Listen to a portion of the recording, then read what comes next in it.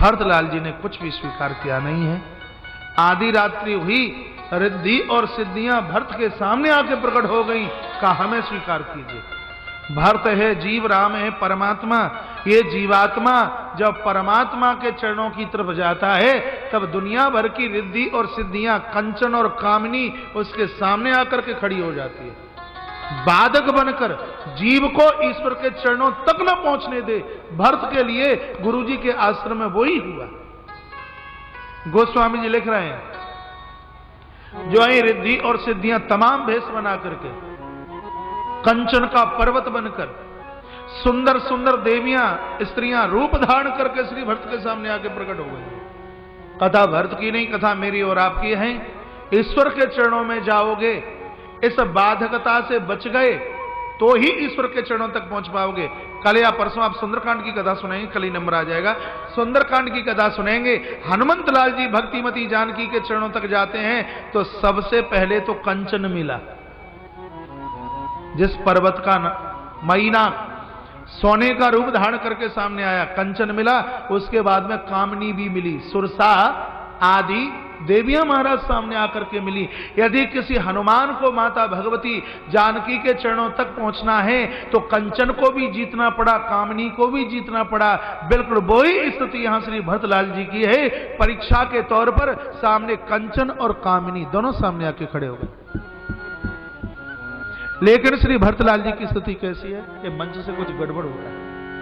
Hello, Bharatlal जी की स्थिति कैसी है? संपत चकई भरत चक मुनि आए सुखलवार। चकबी और चकवा देखा नहीं हूं, नाम आपने सुना होगा।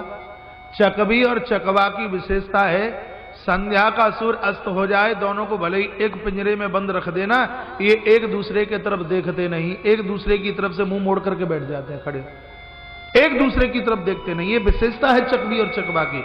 सूर्य अस्त हुआ कि इन्होंने एक दूसरे को देखना बंद कर दिया। उसी बात को यहां कहा जा रहा है कि महाराज का आश्रम है पिंजरा, और जितनी भी ये संपत्ति चल करके आई वो है चकबी, और श्री भरतलाल है चकवा। जिस प्रकार से सूर्य अस्त होने के बाद चकबी को चकवा नहीं देखता, उसी प्रकार से गुरुदेव के आश्रम रूपी पिंजरे में भरत जैसे चकवे ने संपत्ति जैसी चकबी को आंख से एक भी बार नहीं देखा, और नहीं देखा तभी वो भगवान के चरणों तक पहुंचने के अधिकारी हैं। रात निकली, प्रातः हुआ है, गुरुदेव से अनुमति ली है।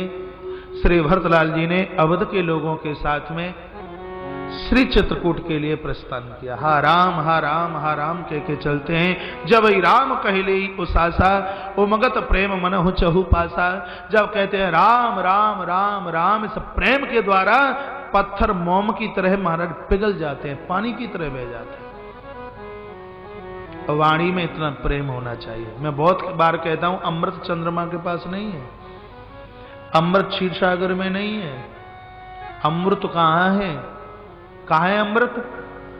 हाँ, आप जैसे सुंदर महापुरुषों की वाणी में, कंठ में अमृत है।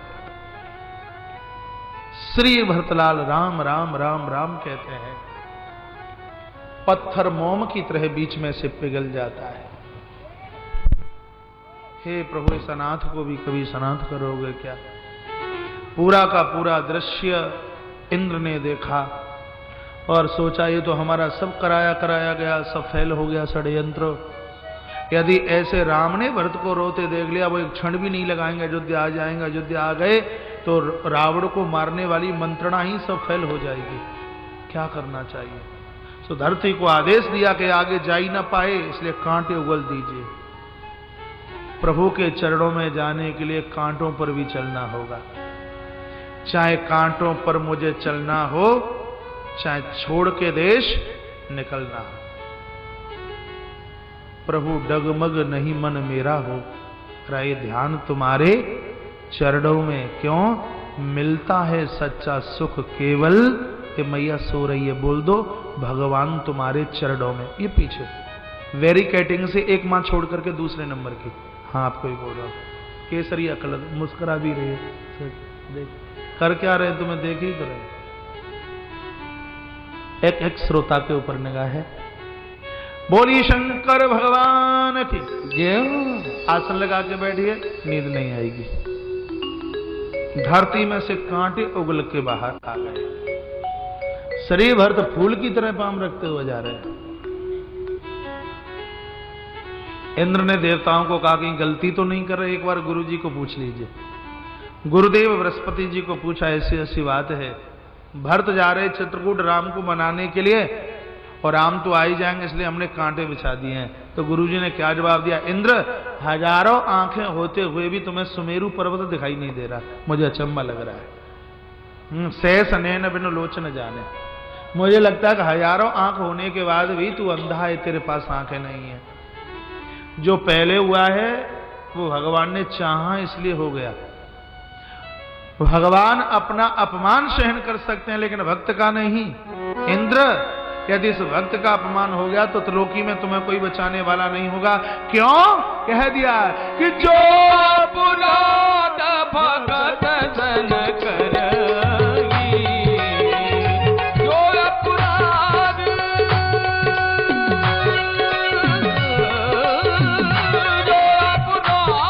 भगत सन करगी, राम रोष पावक सो धरगी, राम रोष पावक सो धरगी। शायद तूने अम्बरीश और दुर्वासा की कथा नहीं पढ़ी, ऐसे ही दुर्वासा ने भक्त अम्बरीश का अपराध किया, तीनों लोकों में कोई बचाने वाला पैदा नहीं हुआ। लोक कहूं वेद विदित इतिहास, लोक वेद, लोक वेद विदित इतिहास, यह महिमा जानई दुर्वासा, यह महिमा जानई दुर्वासा। इसलिए इंद्र अभी भी कुछ बिगड़ा नहीं है, गलती का एहसास कीजिए। पृथ्वी को आदेश दिया गया, जहां कांटे निकाले गए वहां फूल बिछोड़ दिए गए हैं। तत्पश्चात श्री भरतलाल जी आगे की तरफ चले हैं और उस गांव से निकले हैं जहां की भिलनिया, जो प्रभु राम का कभी जिन्होंने दर्शन किया, खेत खिलान का काम कर रही थी। पुरुष दौड़ करके आए, किसी ने कहा राम आए हैं, राम आए हैं, राम आए हैं।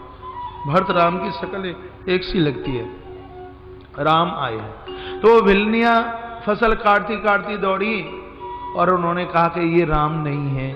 तो उनके पतियों ने पूछा क्या प्रमाण है ये राम नहीं है? तो उन माताओं ने जवाब दिया ये राम नहीं है, अंतर ये है कि जो पहले वाले जा रहे थे वो हंसते हंसते जा रहे थे और ये जा रहे हैं तो रोते रोते जा रहे हैं, इसलिए पता लगता है कि ये राम नहीं है। पहले वालों के पास में एक पत्नी थी, स्त्री थी जानकी, और इनके पास में वो नहीं है, इसलिए लगता है कि ये राम नहीं है। लोग आए, हाथ जोड़ करके पूछा कौन हो तुम? श्री भरतलाल जी ने कहा कि लोग मुझे प्रभु राम का अनुज भरत के नाम से जानते हैं। और इतना कहा कि भरत तो सब चरणों में लेट गए हैं, भरत तुम्हारी जय हो, तुम्हारी जय हो। पूछा भैया तुम हमें कैसे जानते हो? कहा कि प्रभु ने सबसे ज्यादा तो बड़ाई तुम्हारी की है, भगवान तुम्हारी इतनी प्रशंसा कर रहे थे और हमने भगवान को कहा था कि हमें चित्रकूट संग लेकर के चलिए, लेकिन भगवान बोले हैं कि मेरे पीछे एक